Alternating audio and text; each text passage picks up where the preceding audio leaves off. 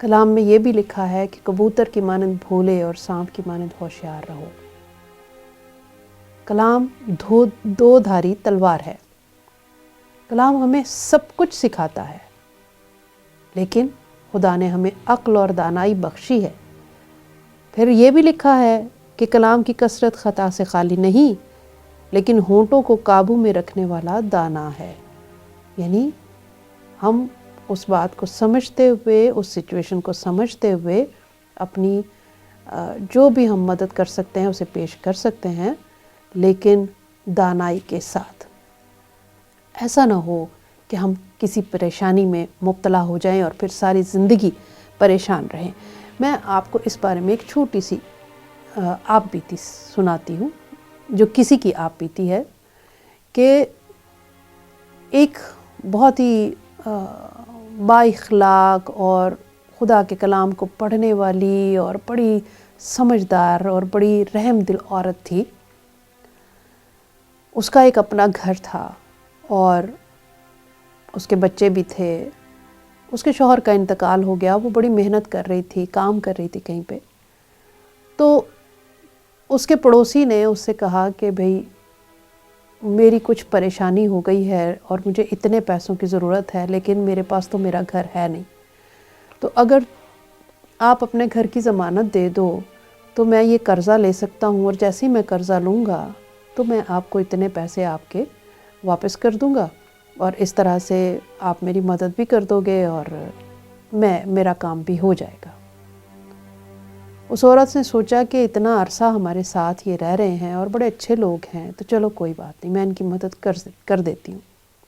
اب ہوا یہ کہ جیسے ہی یہ کام ہوا، اس شخص نے کوئی پیسے اسے نہیں لوٹائے۔ کورٹ کچہری تک بات ہوئی، لیکن اس کا کوئی پیپر ورک نہیں تھا، کچھ نہیں تھا، صرف اس نے ایک رحم دلی سے مدد کی تھی۔ بیچاری عورت کا گھر چلا گیا، اس کے چھوٹے بچے تھے، وہ سارے خوار ہو گئے۔ اب تک جو ہے وہ ان کی کوئی سنوائی نہیں ہوئی اور وہ مدد کر کے پریشان ہے۔ تو مجھے اس کہانی کو جب میں نے سنا تو مجھے یہی کلام کا حصہ یاد آیا کہ ہم نے بڑی عقل مندی سے چلنا ہے، دھیان سے چلنا ہے، مدد بھی کرنی ہے، ضرور کریں، لیکن سوچ سمجھ کر کہ کیا کر سکتے ہیں ہم، کس طرح سے اس مسئلے کا حل نکالا جا سکتا ہے۔ کیونکہ پریشانی ہم پیدا تو کر لیتے ہیں، لیکن پھر اس سے چھٹکارا نہیں ملتا، ہمارے بس میں نہیں ہوتا، اور ہم اپنے جسم کے کاموں کی وجہ سے اپنی روح کو رنجیدہ کرتے رہتے ہیں۔ کیونکہ شاید اندر سے کہیں آواز آئی ہوگی کہ نہیں، یہ ٹھیک نہیں ہے، تیرے بچے چھوٹے ہیں، اتنا بڑا قدم مت اٹھاؤ، کسی سے مشورہ کر لو، کوئی پیپر ورک کر لو۔ شاید اندر سے آئی ہو، یا پھر نہ بھی آئی ہو، نہ سمجھ میں آیا ہو، لیکن پھر بھی ایسے کام جب بھی کریں تو کلام کہتا ہے کہ مشورت سے کریں، مشورے سے کریں۔ پھر ہم اگر غور کریں تو یہ پریشانی آپ کی برکت کا سبب بھی کبھی کبھی بن جاتی ہے۔ وہ پریشانی کون سی ہوتی ہے جو برکت کا سبب بنتی ہے؟ اس کے بارے میں آپ یہ کہیے کہ کبھی کبھی آزمائش آ جاتی ہے، کبھی کبھی ہم آزمائش میں پڑ جاتے ہیں، اور اس آزمائش میں جب پورا اترتے ہیں تو خداوند ہمیں برکت دیتا ہے۔ ہمیں یہ پتہ ہونا چاہیے کہ آزمائش میں اور پریشانی خود لینے میں کیا فرق ہے۔ یہ جو آزمائش ہوتی ہے یہ ہمیں مضبوط بناتی ہے اور ہماری روح کو آسودہ کرتی ہے، اس میں ہمیں ثابت قدم رہنے کی ضرورت ہے۔ عزیزو، یہ بڑی تھن سی لائن ہے جو دونوں چیزوں کو الگ کرتی ہے، اور ہمیں خدا سے دعا کر کے، کلام کو پڑھ کے ان دونوں باتوں پر غور کرنا ہے اور انہیں الگ کرنا ہے۔ یہ بہت ضروری ہے، کیونکہ شادمانی اور اطمینان صرف اور صرف ہمیں کلام ہی سے مل سکتا ہے اور کہیں سے حاصل نہیں ہو سکتا۔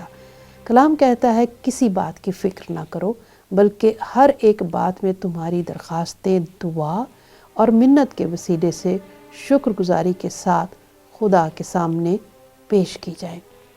آپ پڑھ سکتے ہیں فلپیو 4 باب اور اس کی 6 آیت۔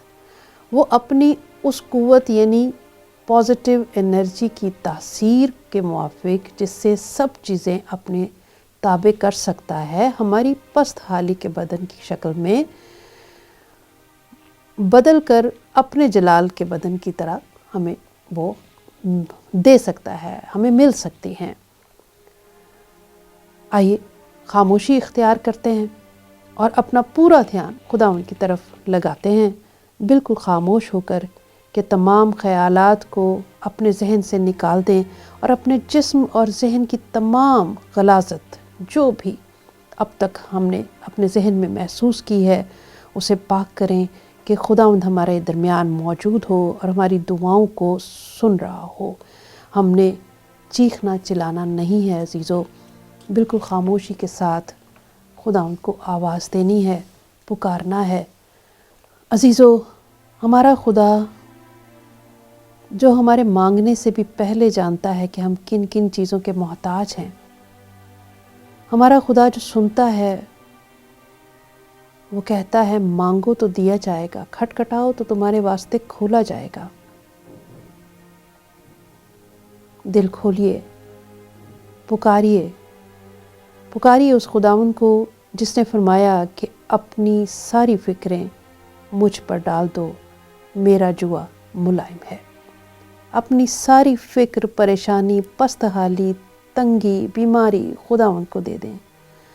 اس کا پاک لہو شفا جاری کرتا ہے، تمام پریشانی دور کر دیتا ہے، کیونکہ وہ تسلی دینے والا ہے، کیونکہ تسلی صرف اور صرف اسی سے آتی ہے۔ آئیے دعا کرتے ہیں۔ اے پیارے خداوند، اے پاک خدا، جتنے بھی اس پروگرام کو دیکھ رہے ہیں یا کچھ دیر بعد دیکھیں گے، اے خداوند ان سب کو تیرے سامنے پیش کرتے ہیں۔ اے خداوند مانگ لیتے ہیں کہ ان کے دل تسلی سے بھر جائیں، تمام پریشانیاں ایک ایک کر کے ان کی زندگی سے نکل جائیں۔ اے خداوند توفیق بخش کہ ہم ہر کام میں تجھے اہمیت دیں، اور جب بھی کوئی کام کریں تو تجھ سے پہلے دعا کریں، سب سے پہلے مشورہ تجھ سے کریں۔ اے پیارے خداوند، تو ہی عقل اور دانائی بخش سکتا ہے اور ہمیں تمام پریشانیوں سے نکال سکتا ہے۔ اے خداوند، تیرا کلام ہمارے لیے آئینے کی طرح ہے، ہم اس میں دیکھ کر اپنی زندگیوں کے بگاڑ کو ٹھیک کر سکتے ہیں۔ اے خداوند، تو ہماری دعاؤں کو سننے والا خدا ہے، تو رحیم باپ ہے، تو رحم کرتا ہے، ہم پر رحم کر۔ میں ساری مسیحی قوم اور باقی تمام اقوام کے لوگوں کو جو کہ پیارے خداوند تیری پیداوار ہیں، تو نے انہیں پیدا کیا ہے، اس پروگرام کے وسیلے سے تیرے سامنے رکھتی ہیں۔ پیارے خداوند، ان سب کے ساتھ ہو، رحم، پیار، محبت اور تیری بخشش جاری ہو جائے۔ یہ دنیا امن کا گہوارہ بن جائے، تاکہ جب تک ہم یہاں رہیں امن اور سلامتی سے رہ سکیں۔ پھر بھی یہ یاد رکھیں کہ یہ مسافر خانہ ہے، ہم تھوڑی مدت کے لیے یہاں آئے ہیں۔ کسی طرح کا لالچ، کسی طرح کا پیارے خداوند ظلم اور تشدد نہ کریں، کہ یہ سب کچھ ہماری روح کو زخمی کر دیتا ہے۔ رحم کر اور توفیق بخش کہ ہم اصلی منزل کو پہچان سکیں۔ جو کچھ مانگنا بھول گئے ہوں عطا کر، یسوع مسیح کے وسیلے سے مانگتے ہیں، آمین۔ عزیزو، اپنا بہت خیال رکھیے گا، دیکھتے رہیں BTL TV۔ God bless you.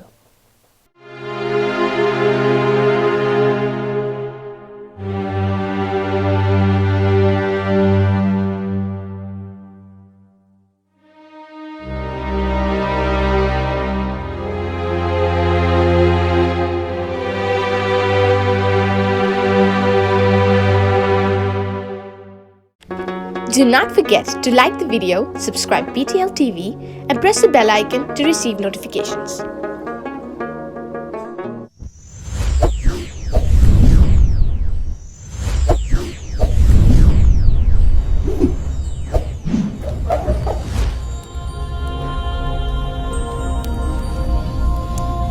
Jesus is the light of the world.